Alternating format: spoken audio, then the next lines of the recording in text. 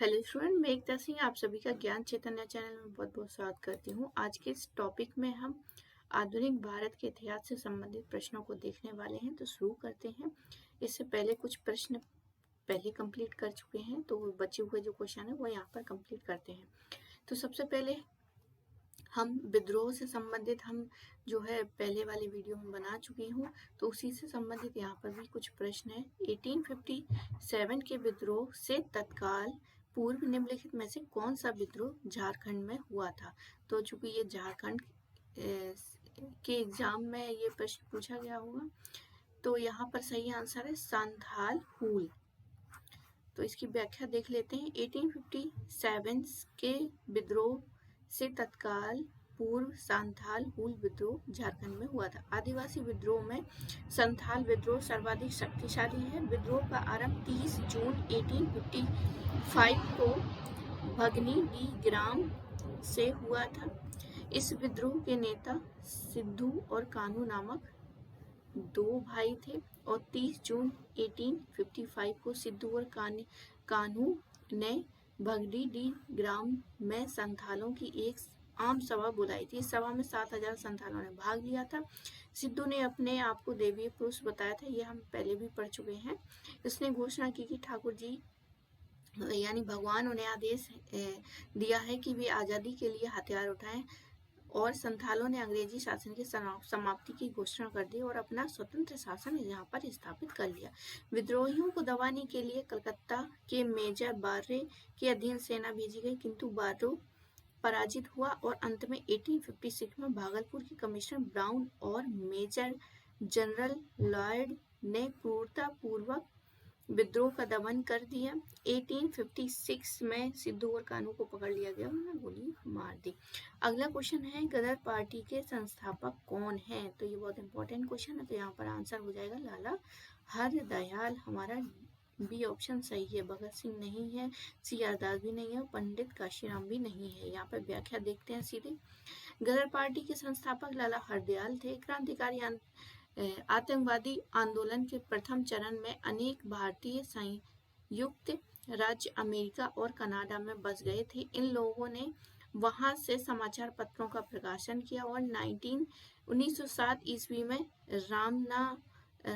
रामनाथपुरी ने सर्कुलर ए आजाद और वैंकूवर से तारक नाथदास ने फ्री हिंदुस्तान का प्रकाशन किया। ये अखबार, ये सारे क्या हैं? अखबार हैं। तो 1907 में रामनाथपुरी ने सर्कुलर ए आजादी तथा वैंकूवर और तारकनाथ दास ने फ्री हिंदुस्तान का प्रकाशन किया। तो ये काफी इम्पोर्टेंट फैक्ट है, यहाँ से भी प्रश्न जो है पूछ सकते हैं। ये अखबार राष्ट्रीय भावना से ओतप्रोत थे। संयुक्त राज्य अमेरिका में रह रहे भारतीय द्वारकानाथ दास ने 1907 में कैलिफोर्निया में भारतीय स्वतंत्रता लीग का गठन किया। नवंबर 1913 में सोहन सिंह भाकना ने हिंद एसोसिएशन ऑफ अमेरिका की स्थापना की। इस संस्था ने कालांतर में हिंदू, अंग्रेजी, उर्दू, मराठी और पंजाबी में एक साथ गदर या हिंदुस्तान गदर 1857 के विद्रोह की स्मृति में क्या किया? प्रकाशन किया। तो गदर पत्रिका के नाम से ही हिंद एसोसिएशन ऑफ अमेरिका का नाम गदर आंदोलन पड़ा। लाला हरदयाल जो 1911 इसमें कैलिफोर्निया के स्टैनफोर्ड विश्वविद्यालय में अध्यापन, मतलब वहाँ पे अध्यापन कर रहे थे, और 1913 में गदर संस्था से जुड़ गए और इस संस्था के मनीषी पथ प्रदर्शक थे। गदर आंदोलन ने सैन फ्रांसिस्को में युगांतर आश्रम की स्थापना की और यहीं से अपनी गतिविधियों का संचालन किया। उर्दू और गुरुमुखी भाषा के गदर के अंकों में शास्त्र धारण कैसे करें, बगावत करने तथा अंग्रेज अधिकारियों की हत्या करने के लिए प्रोत्साहित करने वाली कविताओं का भी प्रकाशन होता था। लाला हरदयाल भाई परमानंद और रामचंद्र गदर पार्टी के प्रमुख नेताओं में से यहाँ पर प्रमुख नेता थे। अगला क्वेश्चन देखते हैं राष्ट्रीय स्वतंत्रता आंदोलन से संबंधित। तो यहाँ पे पहला प्रश्न है, ब्रिटिश सरकार के विरुद्ध खिलाफत आंदोलन आरंभ करने का निम्नलिखित में से कौन प्रमुख कारण था? तो आंसर यहाँ पर हो जाएगा तुर्की के साथ मित्र राष्ट्रों की अपमानजनक संधियां। अब यहाँ पर अपमानजनक संधियां क्या थी, तो यहाँ पर विस्तार से देखते हैं। ब्रिटिश सरकार के विरुद्ध खिलाफत आंदोलन प्रारंभ करने का मुख्य कारण तुर्की के साथ मित्र राष्ट्रों की अपमानजनक संधि थी। विशाल ऑटोमन साम्राज्य का शासक तुर्किश का सुल्तान पूरे इस्लाम जगत का खलीफा थे। प्रथम विश्व युद्ध में तुर्की ब्रिटेन के विरुद्ध मित्र राष्ट्रों के साथ लड़ रहा था। युद्ध में तुर्कों की पराजय के बाद ब्रिटिश सरकार ने तुर्की साम्राज्य का विघटन कर दिया। अब खलीफा केवल एक छोटे से राज्य का स्वामी बनकर रह गया था। तुर्कों और खलीफा के साथ इस बर्ताव से पूरे विश्व के मुसलमान आहत हुए और संगठित होकर ब्रिटिश सत्ता के खिलाफ एक आंदोलन खड़ा कर दिया, जो इतिहास के खिलाफत आंदोलन के नाम से प्रसिद्ध है। आगे और देखते हैं। खिलाफत आंदोलन मूलतः प्रतिक्रियावादी था, किंतु अंतर्राष्ट्रीय और राष्ट्रीय क्रांतिकारी परिस्थितियों ने इसके स्वरूप को परिवर्तित कर उसे साम्राज्यवाद विरोधी और राष्ट्रीय आंदोलन का एक अंग बना दिया। महात्मा गांधी जी के समर्थन के बाद खिलाफत आंदोलन ने और अधिक जोर पकड़ लिया। गांधी जी ने खिलाफत आंदोलन को हिंदू मुस्लिम एकता का एक सुनहरा अवसर माना। मोतीलाल नेहरू की अध्यक्षता में 1919 ईस्वी में कांग्रेस के अमृतसर अधिवेशन में खिलाफत आंदोलन को और अधिक बढ़ावा मिला।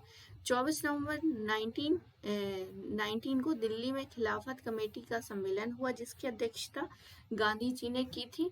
17 अक्टूबर 1919 को प्रभावशाली ढंग से अखिल भारतीय स्तर पर खिलाफत दिवस मनाया गया। 16 अगस्त 1920 को सीवर्स की संधि के बाद तुर्की का विभाजन हो गया। गांधी जी ने खिलाफत कमेटी को असहयोग आंदोलन का सुझाव दिया। कमेटी द्वारा गांधी जी का सुझाव स्वीकार कर लिया गया और खिलाफत कमेटी के सदस्यों में हकीम अजमल खान, डॉक्टर मुख्तार अहमद अंसारी, मौलाना हसन अब्दुल बारी, मौलाना अब्दुल कलाम आजाद, मोहम्मद अली और शौकत अली प्रमुख थे। अगला क्वेश्चन है, सुभाष चंद्र बोस को INA यानी कि आजाद हिंद फौज का नेतृत्व सौंपा गया था? तो आंसर हो जाएगा 1943 में। 1943 में। यहाँ पर व्याख्या देखते हैं।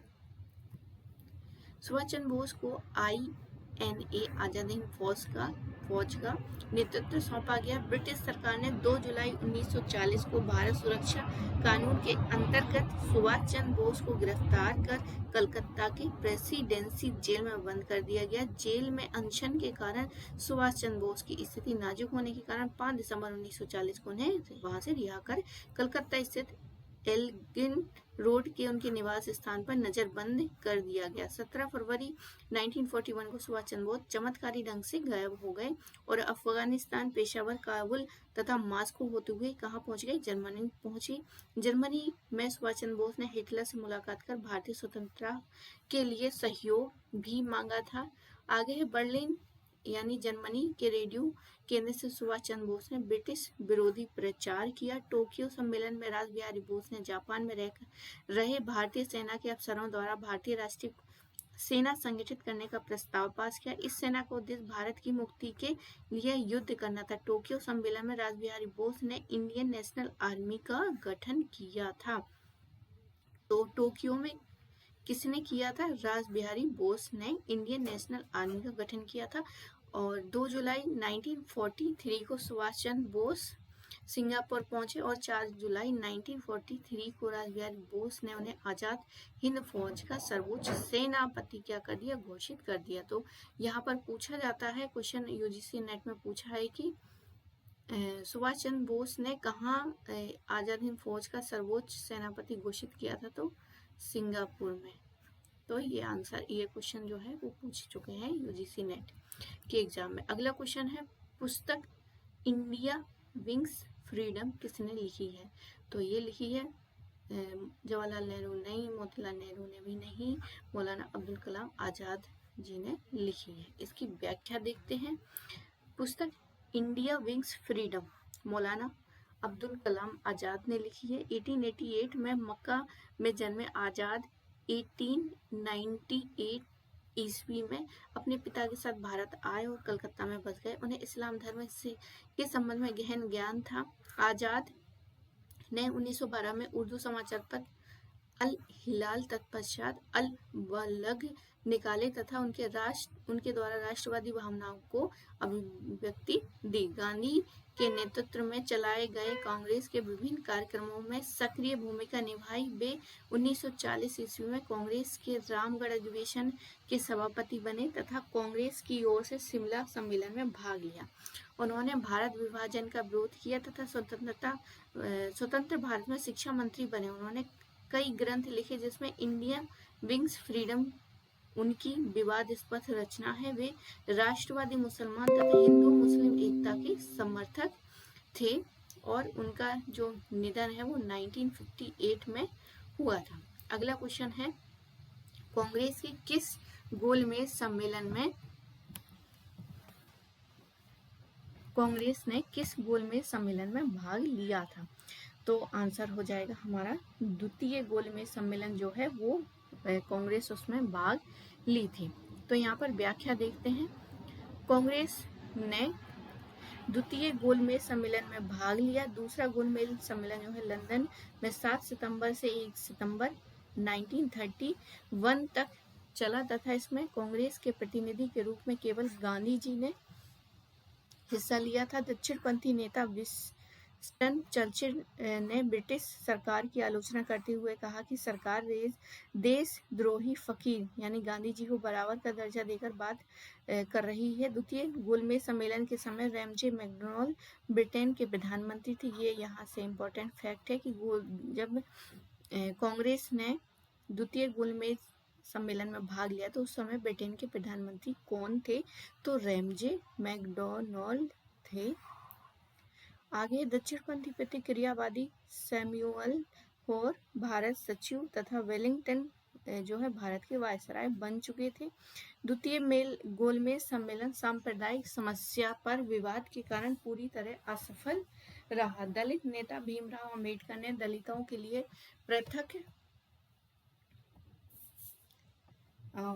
पृथक निर्वाचन मंडल की सुविधा की मांग की जिससे गांधी जी ने क्या किया? अस्वीकार कर दिया। अंततः सांप्रदायिक गतिरोध के कारण सम्मेलन को 1 दिसंबर को समाप्त घोषित कर दिया गया। द्वितीय गोलमेज सम्मेलन में मदन मोहन मालवीय एनी बेसेंट ने खुद के खर्चे पर हिस्सा लिया था। तो गांधी जी के अलावा और कौन कौन थे? मदन मोहन मालवीय और एनी बेसेंट जो अपने खुद खर्चे पर गए थे।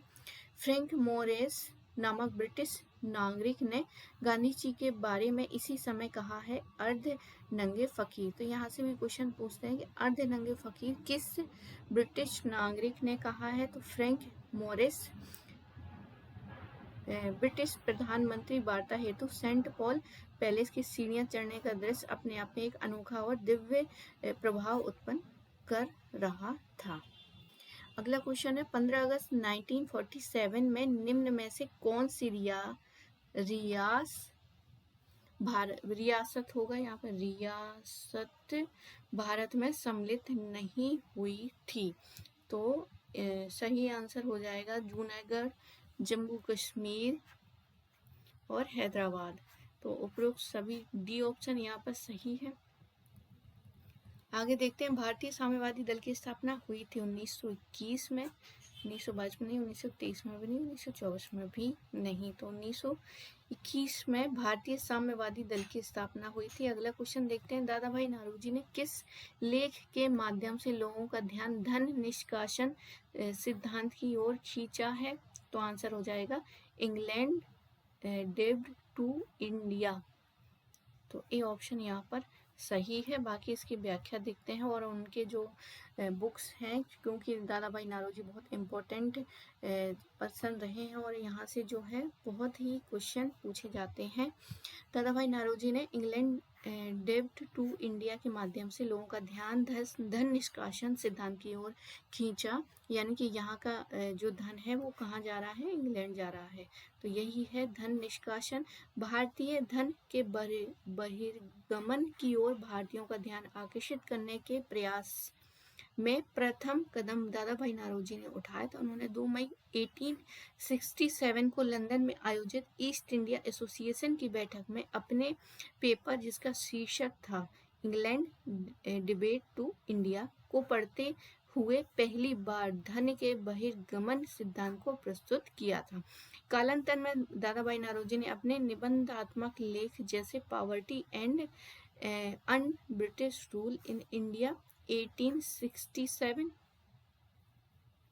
The wants and means of India 1870 और the on the commerce of India, तो इनकी जो लेख हैं ये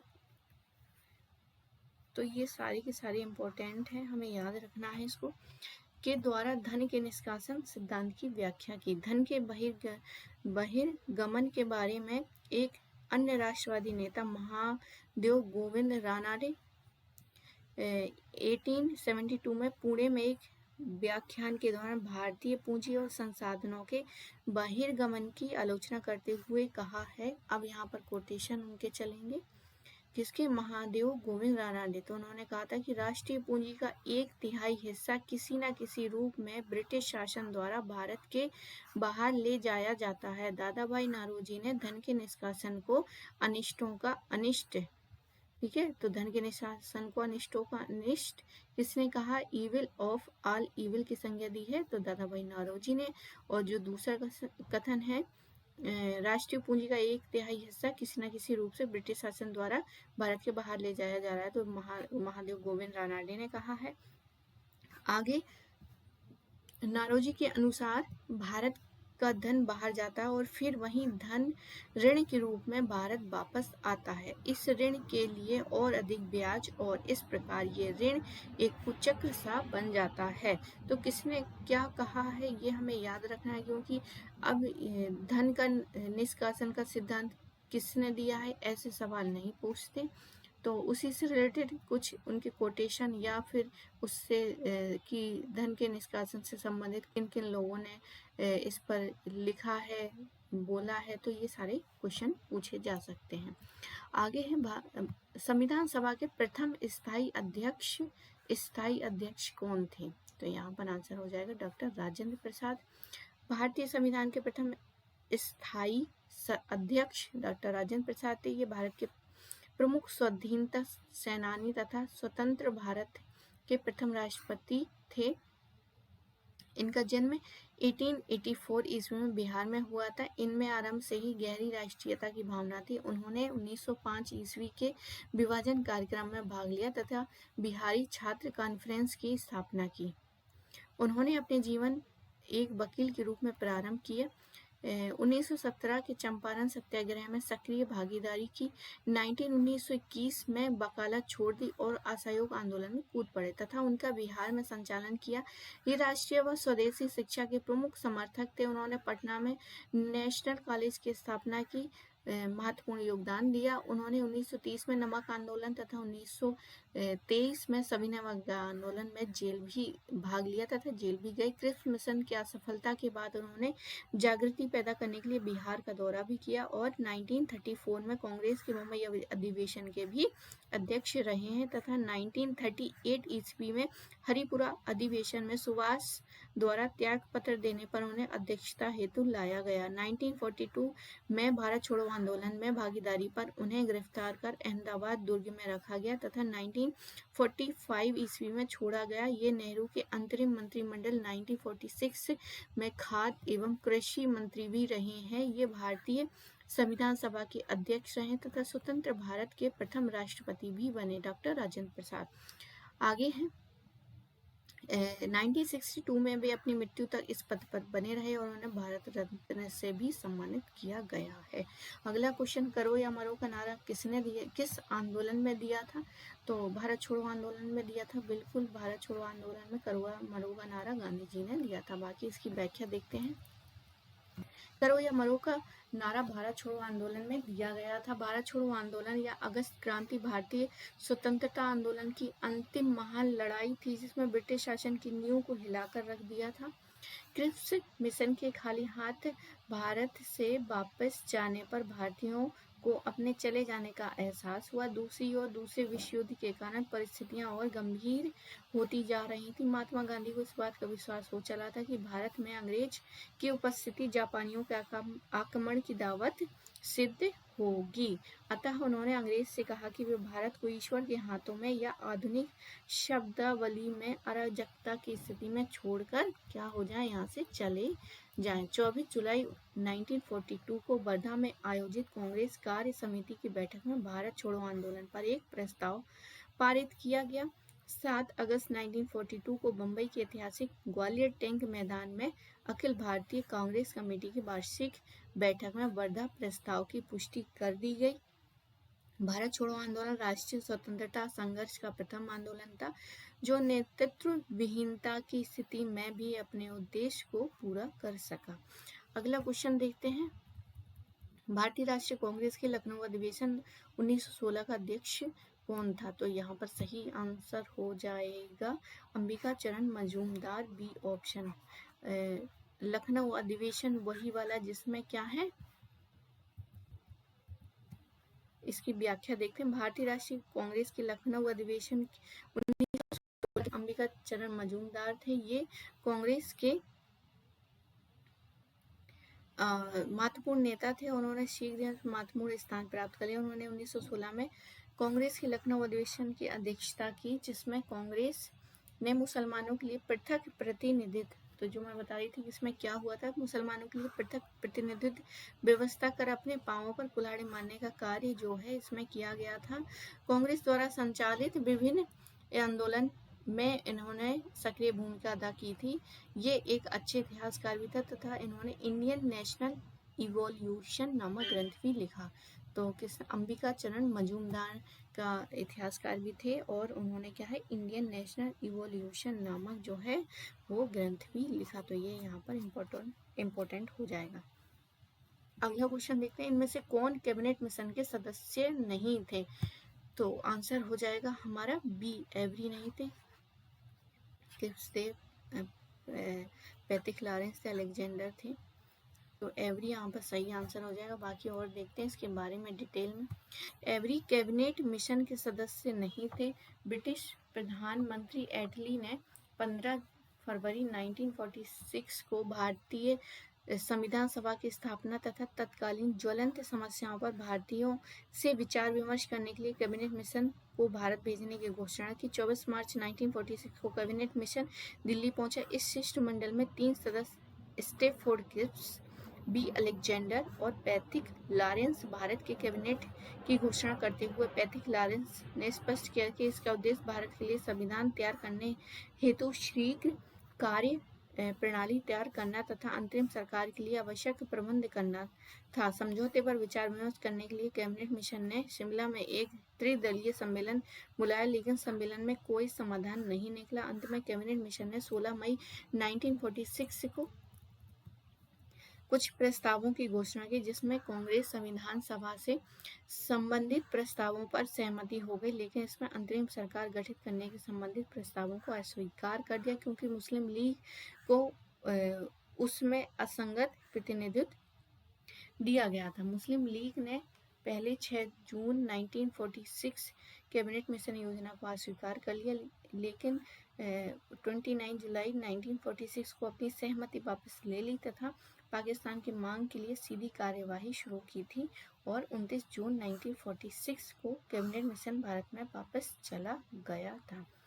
आगे खिलाफत आंदोलन का स्वरूप क्या था? तो खिलाफत आंदोलन देखा था हमने टर्की वाला, तो यहाँ पर सी ऑप्शन धार्मिक था ये।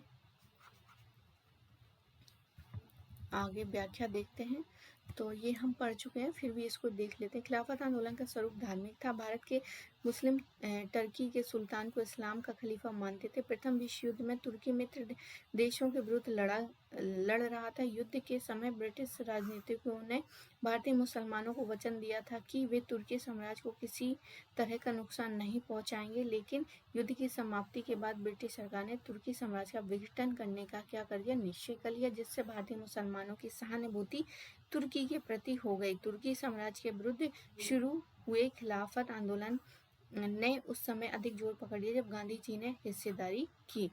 गांधी ने खिलाफत आंदोलन को हिंदू मुस्लिम एकता का सुनहरा अवसर माना था, इसलिए इसमें उन्होंने अपना जो है पार्टिसिपेट किया था। अगला है अल हिलाल का प्रकाशन किसने किया था? तो आंसर अब्दुल कलाम आज़ाद हो जाएगा। इसको भी हम पढ़ चुके हैं और इसको देखते हैं व्याख्या में। अल हिलाल का प्रकाशन अब्दुल कलाम आज़ाद ने किया था। 1888 में मक्का जाने वाले आज़ाद 1898 में अपने पिता के साथ भारत आए और कलकत्ता में बस गए। उन्हें इस्लाम धर्म के विषय में गहरा ज्ञान था।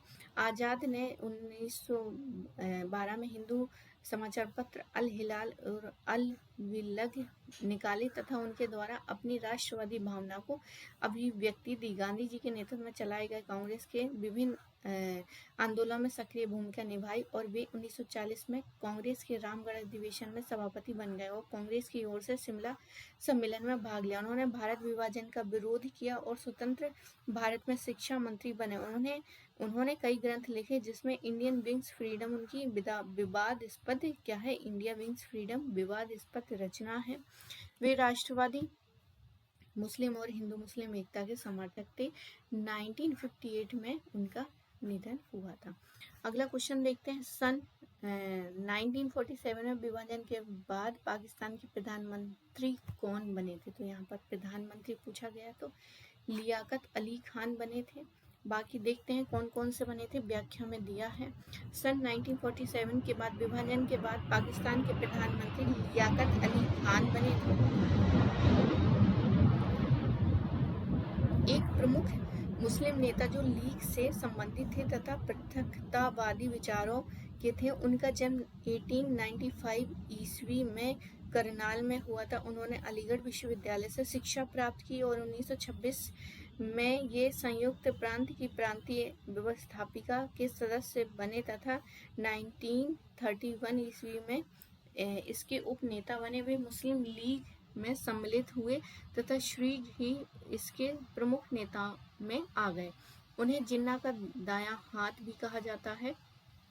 वह 1936 में मुस्लिम लीग के महासचिव बने तथा इसी वर्ष लीग के पार्लियामेंट्री बोर्ड के सदस्य भी नियुक्त किए गए। 1940 में लाहौर अधिवेशन में लियाकत ने पाकिस्तान के प्रस्ताव का खुला समर्थन किया और 1946 में नेहरू के नेतृत्व में बनी अंतरिम सरकार में वो वित्त मंत्री के रूप में शामिल हुए तथा सरकार में शामिल सभी कांग्रेसी नेताओं की नाक में दम कर दिया। वे जिन्ना के उसी प्रकार घनिष्ठ थे जिस प्रकार नेहरू गांधी के घनिष्ठ थे। तो 1947 ईस्वी में पाकिस्तान के निर्माण के समय वे प्रथम प्रधानमंत्री बने और 1951 ईस्वी में उनकी 26 वर्ष की आयु में मृत्यु हो गई। 65 वर्ष की आयु में क्या हो गई, मृत्यु हो गई। उसे कायदे मिल्लत भी कहा गया है। अगला क्वेश्चन देखते हैं। तो यहाँ कुछ सूचियां दी गई हैं जिसका मिलान करना है। Federation of Indian chambers of commerce and industry की स्थापना तो 1927 में, ली मोदी पैक्ट 1934 में और बॉम्बे प्लान जो है बॉम्बे प्लान 1944 में और नेशनल प्लानिंग कमेटी 1938। तो ये कुछ इस तरह से था। Federation of Indian chambers of commerce and industry की स्थापना 1927, ली मोदी पैक्ट 1934 1934, बॉम्बे प्लान 1944 और नेशनल प्लानिंग कमेटी 1938। अगला क्वेश्चन है कम्युनल अवार्ड और पूना पैक्ट के अंतर्गत शोषित वर्गों को कितने स्थान दिए गए थे?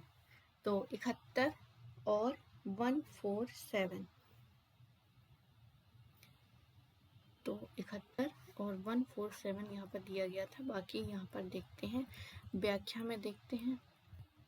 कम्युनल अवार्ड और पूना पैक्ट के अंतर्गत शोषित वर्ग को क्रमशः 71 और 148 स्थान दिए गए थे, यानी 148 स्थान।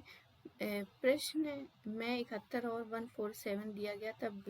विकल्प जो है वो यहाँ पर बी सही है, तो यहाँ पर 8 होना चाहिए, 148।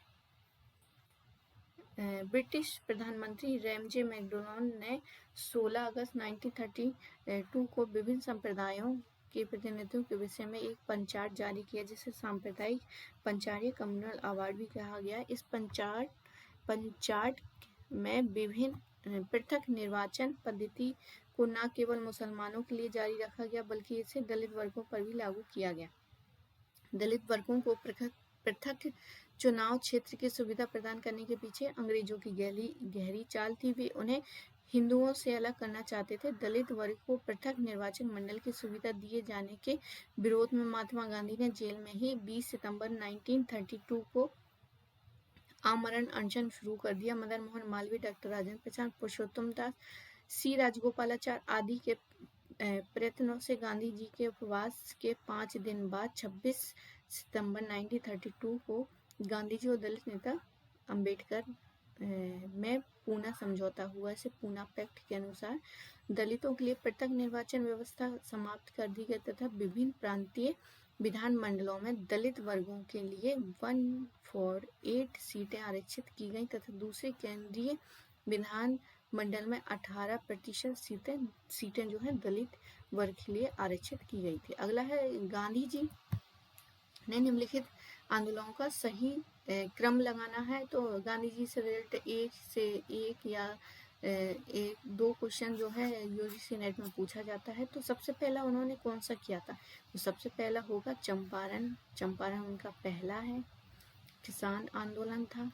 और फिर उसके बाद आता है खेड़ा आंदोलन, फिर उसके बाद आता है अहमदाबाद मिल हड़ताल,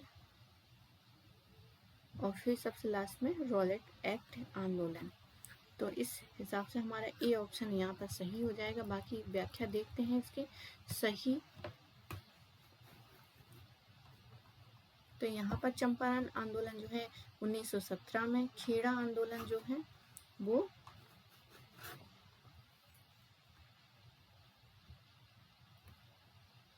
खेड़ा आंदोलन 1918 में, अहमदाबाद मिलों की हड़ताल रॉलेट एक्ट जो है 1919 में। तो यहाँ पर कुछ चंपारण आंदोलन 1917 में, 18 में, 1919 में।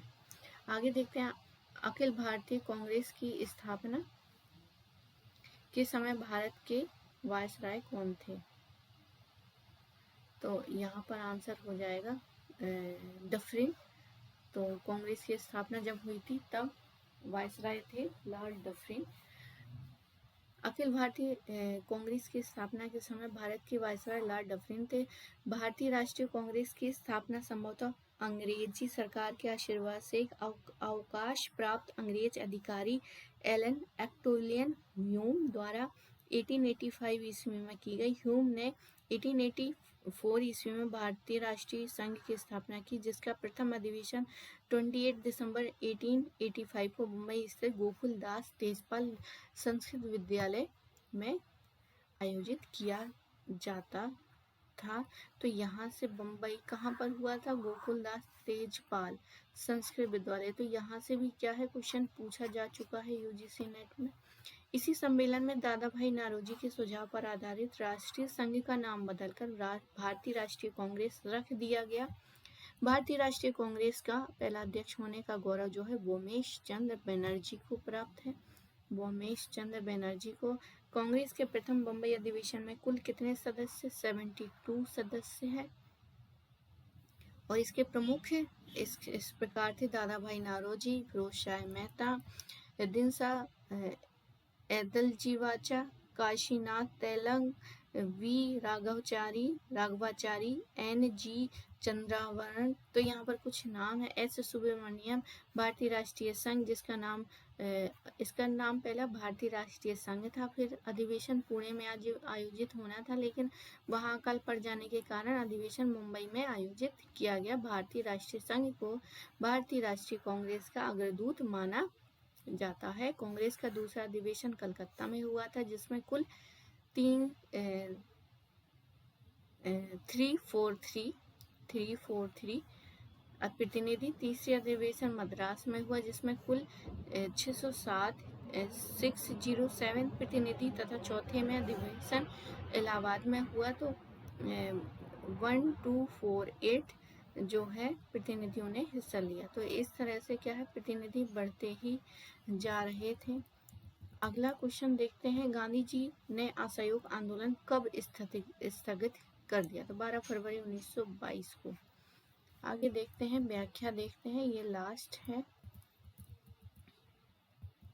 गांधी जी ने असहयोग आंदोलन को 12 फरवरी 1922 को स्थगित कर दिया गया था। और कहाँ पर? चौरी चौरा नामक स्थान पर। और क्यों कर दिया गया था? क्योंकि आंदोलनकारियों की क्रोध से पागल भीड़ ने पुलिस के 22 जवानों को थाने के अंदर क्या है, जिंदा ही जला दिया गया था।